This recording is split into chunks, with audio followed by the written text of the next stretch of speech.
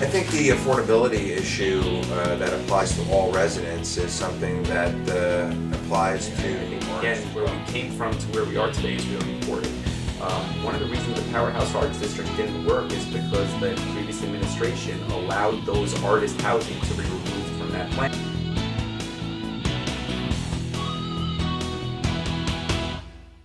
Thank you for joining the Jersey City Reporter for our Jersey City mayoral debate. I'm Karen Matson, the editor-in-chief of the Reporter newspapers.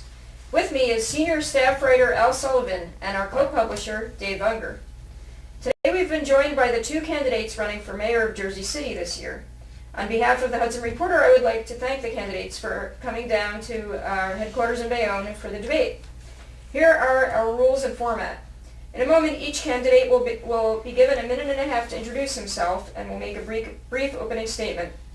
After introductions, we'll begin asking questions. For each of the questions, the candidates will get 2 minutes to respond.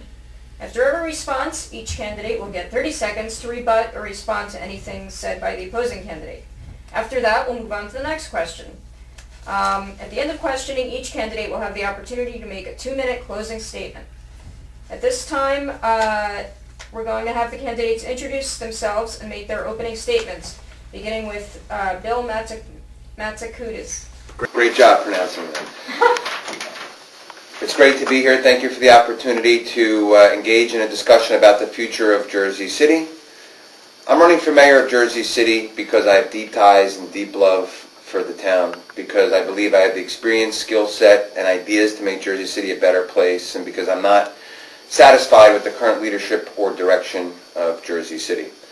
I was born, lived most of my life in Jersey City, primarily in the Greenville section.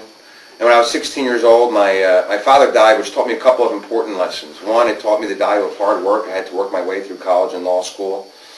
And two, it set me on a spiritual journey that led me to the conclusion that the most fulfilling thing that I could do with my life would be public service, serving something greater than myself. And that's why when I was 30, I left one of New Jersey's most prominent law firms to go into public service. I worked as a deputy attorney general. I worked in the governor's office in nearly 9 years as Jersey City's chief attorney.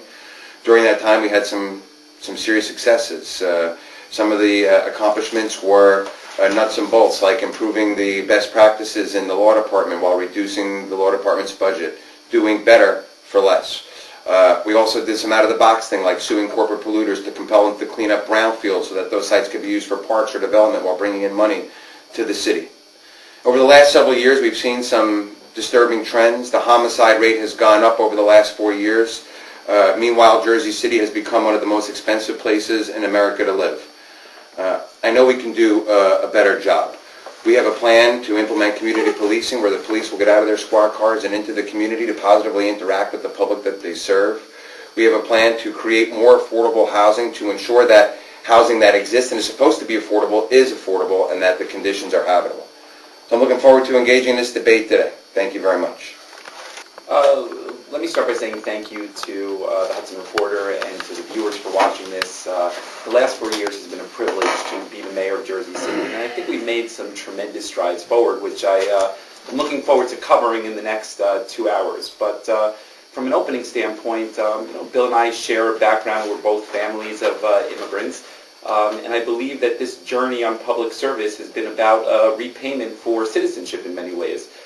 Whether it was my service in the military, the Marine Corps on deployment, or my time on the City Council, or where we are today.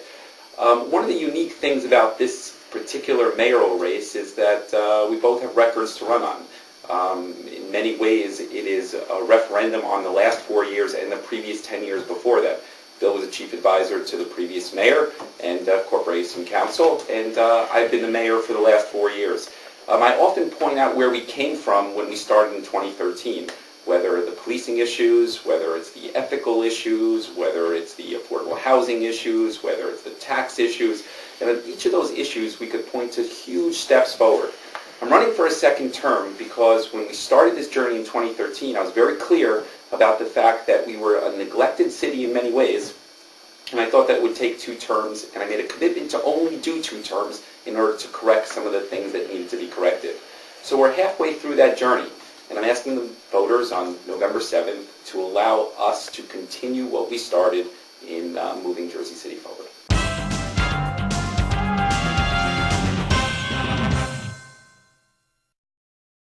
development in Jersey City is happening at an unprecedented rate, but it is still unevenly distributed, mostly occurring along the waterfront and now near the transportation hub at General Square.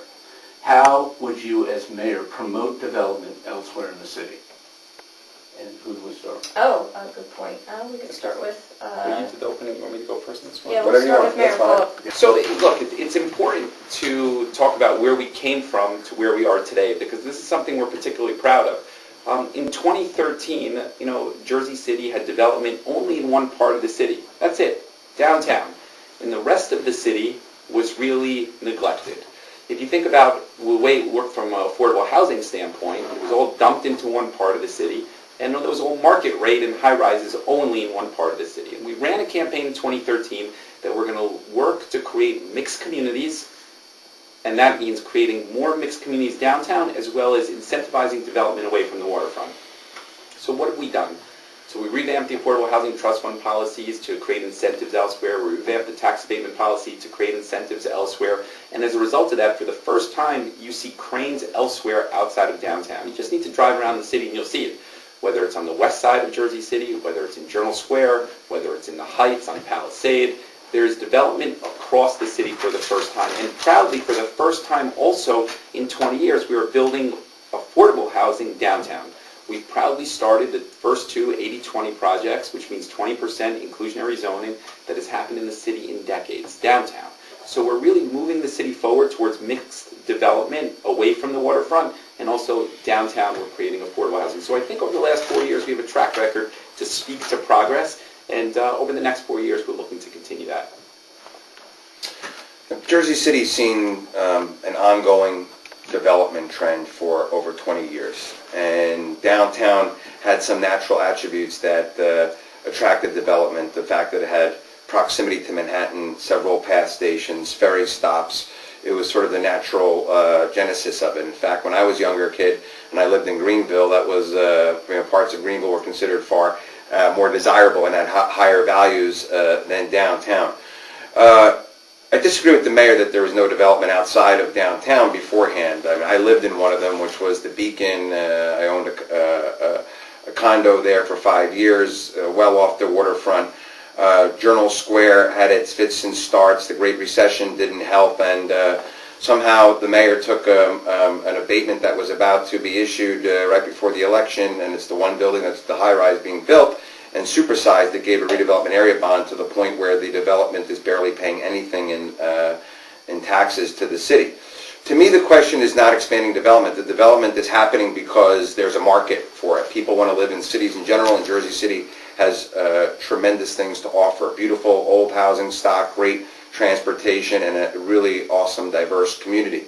The real question is, what are we doing about making sure that people aren't driven out? Now, the mayor points to this 80-20 project downtown, which to me is, first of all, the state of New Jersey won't even count it as affordable housing because it only lasts as long as the abatement, 25 years, and then the affordability controls disappear. In order to be qualified as affordable by the Council on Affordable Housing, you need 30 years. Plus, the mayor takes credit for that, even though the state of New Jersey heaped millions upon millions of dollars in state credits to get that project built. Then the city went on top of it. It's the most subsidized real estate project, I think, in the history of the state of New Jersey, a residential real estate project. And the rents there are barely affordable to a lot of people in Jersey City. We covered a lot of nitpicking over there. At the end of the day, there's one point I'll point to. There was 10 years prior where none of this happened, and then in the last 4 years there was progress. Those 10 years you had experienced tremendous real estate growth around the country and in Jersey City, but yet there was no development away from the waterfront. There was no affordable housing plan. We could nitpick 5 years, 25 years, 30 years. You shouldn't have subsidized this. You shouldn't have done that. You should have done that. I get it. It's politics. We're in a debate. The reality is, at the end of the day, none of it existed prior to 2013. Well, that's not the reality, and the mayor distorts reality with regularity. And for example, he was repeating something frequently about how he created more affordable housing in 4 years than in the previous 10. True. And but it's false, and you continue to say something even though it's been your own City Hall produced a document that demonstrates it's false. I thought it was kind of hard to believe. We looked into it, completely false. 173 units versus well over 1,000, and I don't know, I guess you live in an alternate universe.